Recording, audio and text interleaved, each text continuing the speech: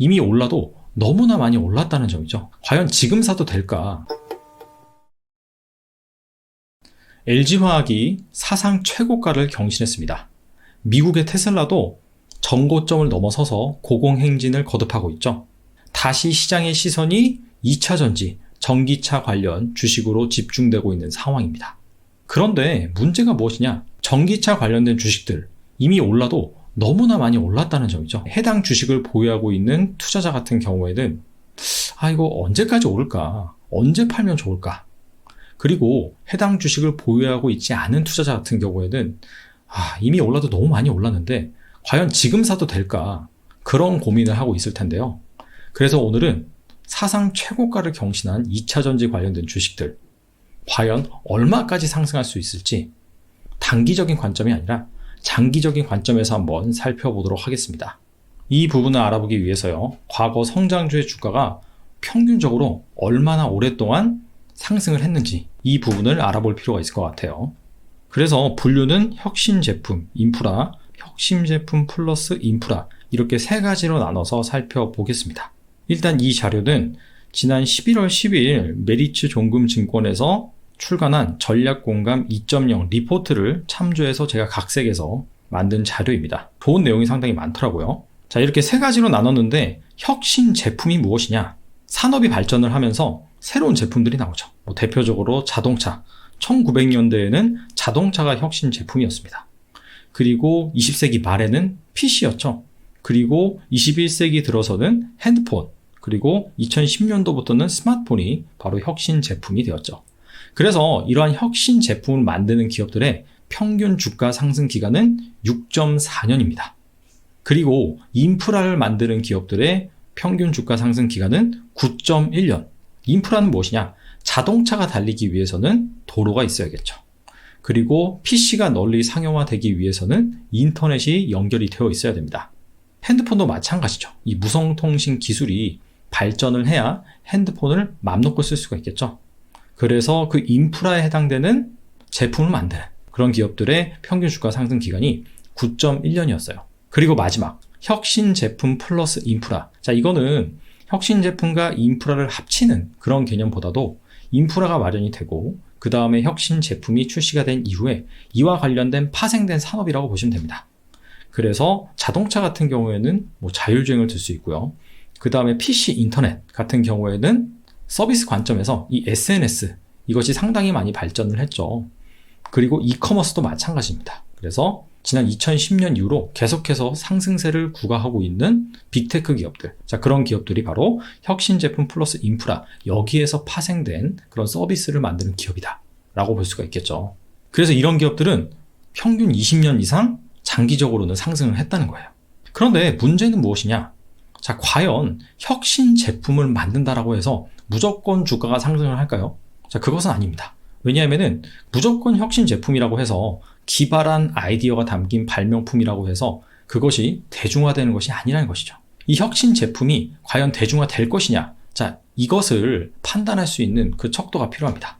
첨단 기술 수용론에서는 혁신 제품이 대중화되기 위해서는 캐즘을 통과해야 된다라고 얘기를 하는데요. 자, 캐즘이 무엇이냐? 원래 지질학에서 사용되는 용어입니다. 지각 변동으로 인해서 골이 깊고 넓어지면서 지각이 단절된 그 부분을 캐즘이라고 하는데, 이 경제학에서는 혁신 제품이 있는데, 자, 이것을 일반인이 사용하기까지 넘어야 하는 침체기, 이것을 캐즘이라고 합니다. 그래서 이것을 보급률 관점에서 살펴보면요, 보급률이 16%, 여기가 바로 변곡점입니다. 16%를 돌파를 해야 바로 대중화가 본격적으로 이루어진다. 자, 이렇게 얘기를 하고 있어요.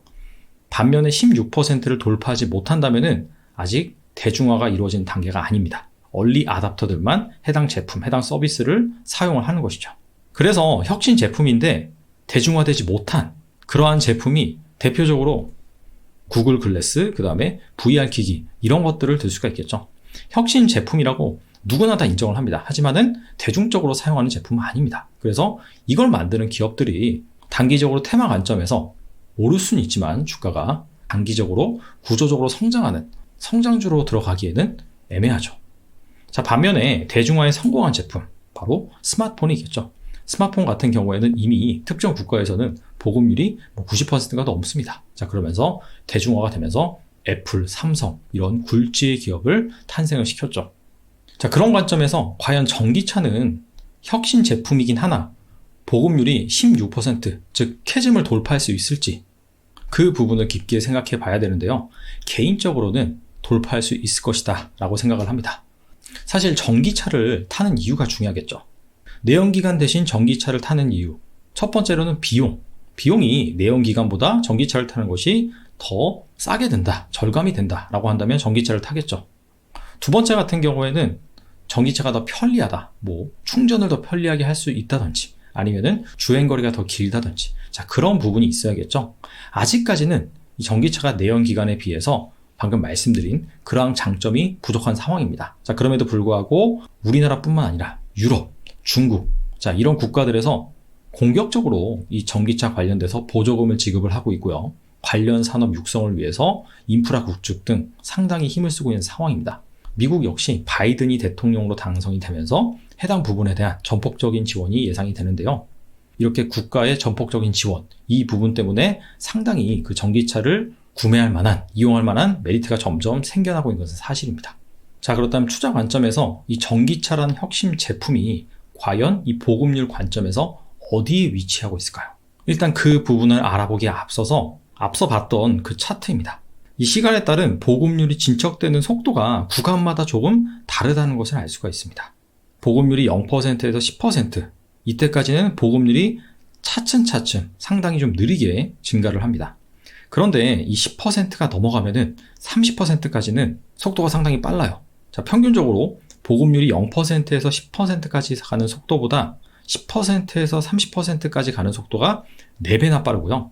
그 다음에 30%에서 50%까지 가는 속도가 0%에서 10%까지 가는 속도보다 무려 5.4배나 빠릅니다. 즉, 특정 구간을 지나서 대중화가 되면 될수록 보급률의 속도가 빨라진다. 자, 이렇게 볼 수가 있겠죠. 일례로 인터넷 같은 경우에는 초기 국면, 즉 0%에서 10%까지는 매년 보급률이 0.67%포인트 증가를 했대요. 그런데 10%에서 30%까지는 매년 5%포인트나 보급률이 상승을 했고요. 그 다음에 30%에서 50%까지는 무려 매년 10%포인트, 즉 2년 만에 30%에서 50%까지 보급률이 높아졌다. 자, 이렇게 볼 수가 있습니다. 자, 그래서 보급률 구간별 대중화의 속도, 자, 이 부분을 살펴봤는데 과연 투자 관점에서 이 구간별로 주식시장의 흐름은 어떻게 전개되는지 그 부분을 한번 살펴보겠습니다. 1국면입니다. 보급률이 0%에서 10%에 이르는 구간입니다. 자, 이때 주식시장의 특징은 무엇이냐? 자, 첫 번째, 경쟁이 상당히 치열합니다. 그리고 관련 기업들의 주가가 막 상승을 해요. 근데 좀 이상하죠? 경쟁이 치열한데 관련 기업들의 주가 대부분이 상승을 한다는 것입니다. 그리고 이때는 같이 움직여요. 예를 들어서 A 주식과 B 주식이 경쟁 관계인데 그냥 같이 움직이는 그런 특징이 있습니다. 그 이유가 무엇이냐? 아무리 경쟁이 치열하다 한들, 기술 개발 경쟁이 심화된다 한들 어차피 산업의 성장 속도, 그 시장의 파이가 커지는 속도가 훨씬 빠르기 때문에 경쟁이 치열하다 하더라도 해당 주식들의 주가가 대부분 다 상승한다는 논리입니다. 자, 이 국면에서는 보급률이 10%에서 한 20% 여기에 이르는 구간인데 이때는 리더 중심의 주가가 부각이 되기 시작합니다. 자, 리더 중심의 주가가 무엇이냐? 즉 대장주를 중심으로 어느 정도 이제 밸류 체인이 형성이 되는 거죠. 이를테면은 테슬라에는 LG화학이 납품하고 또 LG화학에는 또 누가 납품하고, 자, 이런 식으로 밸류 체인이 생기면서 그 밸류 체인 단위별로 이제 주가가 상승하는 그런 현상이 나타난다. 대표적으로 한 2010년도 이때 아이폰 진영 그리고 안드로이드 진영 이렇게 나눠져서 밸류 체인이 형성이 됐었고, 자, 각각의 밸류 체인별로 주가가 상승하는 그런 흐름이 나타났습니다. 마지막 3국면, 즉 보급률이 20%에서 50%에 이르는 그러한 구간. 자, 이때는 가격 경쟁이 심해집니다. 경쟁이 치열해지는 것이죠. 그러다 보니까 단가 인하 압력도 가중이 됩니다. 예전에는 이 전기차라고 하면 전기차 관련된 모든 주식이 대부분 다 올랐으나, 자, 3국면부터는 확실히 주가 차별화가 나타나게 됩니다. 계속해서 치열한 경쟁을 뚫고 시장 점유율을 확대하는 기업의 주가는 계속해서 상승을 할 것이고요. 반면에 여기에서 도태돼서 성장률이 하락하는 기업의 주가는 좋지 않겠죠. 자, 그렇다면 현재 이 전기차 시장 같은 경우에는 이 1국면, 2국면, 3국면 이 세 가지 국면 중에서 과연 어디에 해당이 될까요? 제 생각에는 바로 1국면에 해당된다. 왜냐하면은 이 국면별로 주식시장에 나타난 특징, 이것들을 살펴보면 지금 현재 전기차 관련 주식에서 나타난 현상이 1국면에서 나타난 현상과 상당히 비슷해요. 왜냐하면 지금 경쟁이 치열하죠. 기술 개발 경쟁이 상당히 치열합니다. 하지만 관련 기업들의 주가는 그냥 오르면 다 같이 올라요. 이를테면 친환경 관련돼서 호재가 나왔다라고 하면은 관련 기업의 주가가 막 오릅니다. 대표적으로 삼성, SDI, LG화학 두 기업의 주가가 상관계수로 비교해보면 거의 동시에 움직여요. 근데 두 기업은 엄연한 경쟁사죠. 그럼에도 불구하고 같이 움직인다. 같이 기술 개발을 하고 경쟁 관계에 있지만은 아직까지 산업이 훨씬 더 성장할 수 있는 그런 여력이 있기 때문에 주가가 함께 오르는 그런 특징을 가지고 있습니다. 그리고 시장 조사 기관의 발표 자료에 따라서 조금씩 다르긴 한데 현재 2020년 기준으로 전기차 보급률이 한 3, 4% 정도입니다. 그리고 2023년 정도 돼야지 한 10%를 돌파할 것으로 예상이 돼요. 자, 그런 것들도 따져봤을 때 지금 현재 전기차 시장은 1국면에 위치하고 있다. 이렇게 볼 수가 있습니다. 그래서 이 2차전지 관련된 기업들, 전기차 관련된 기업들, 주가가 어디까지 상승을 할 것이냐, 뭐 단기적으로는 조정을 받을 수가 있죠. 지난번에 LG화학의 물적 분할, 그 노이즈 때문에 뭐 주가가 뭐 고점 대비 20%나 하락을 했잖아요. 그리고 지금 뭐 금리가 인상되느냐, 인플레이션이 발생을 하느냐, 여기에 따라서 이제 성장주는 좀 조정을 받을 것이고 가치주는 올라갈 것이다. 자, 이런 얘기도 나오고요. 그래서 이 단기적으로 봤을 때는 사실 올라가냐 하락하느냐 이 부분을 종잡을 수가 없습니다. 자, 그런데 산업의 큰 틀, 정말 자동차 산업에도 기존의 핸드폰 산업에 일어났던 변화만큼의, 즉 피처폰에서 스마트폰으로 변하는 것처럼 내연기관에서 전기차, 그리고 이 전기차에 자율주행이 포함되는 자, 그런 첨단 산업으로 발전을 한다라고 한다면은 2차전지 주식들, 전기차 관련된 주식들 여전히 성장할 수 있는 룸은 충분하다라고 생각을 합니다. 자, 관건은 무엇이냐? 우리가 캐즘에서도 확인을 했듯이 보급률 16%를 돌파하는 것이 중요하다라고 했어요. 그 전까지는 이 보급률이 상당히 차츰차츰 증가를 합니다. 자, 그런데 16%를 돌파하지 못하면은 그건 그냥 혁신 제품으로 남고 대중화에는 실패하게 됩니다.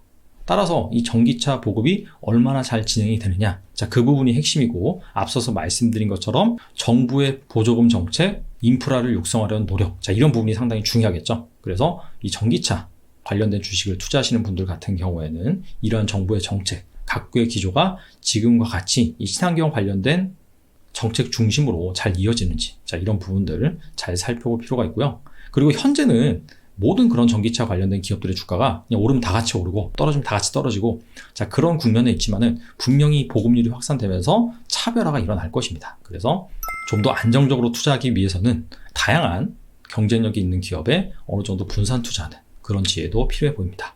자, 오늘은 여기까지 하겠습니다. 감사합니다.